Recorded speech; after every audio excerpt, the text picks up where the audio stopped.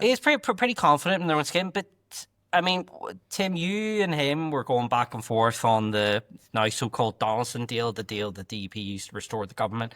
And I know you personally backed Hmm. the DEP going back in. I know you had reservations, but did he say anything that made you feel like, this is the right course?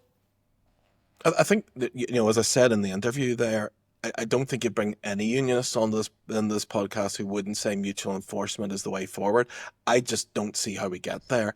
It feels to me that, if we bring the institutions down again, it does so much damage to the union. I think more damage is done to the union when we bring the institutions down, and I think that that's a problem. And I think that, as imperfect as they are, we need to make this place work. We need to, and I think for nationalists as well, I think it's in nationalism's interest to make this place work. I think it's in unionism's interest to make this place work. And whilst I don't think we should be rolling over on issues, I think it was right at the time that the deal was done to get back in and show that it's working. Like last week we were talking about Emma on the podcast and how it's working and how she's moved to be the most popular politician in Northern Ireland.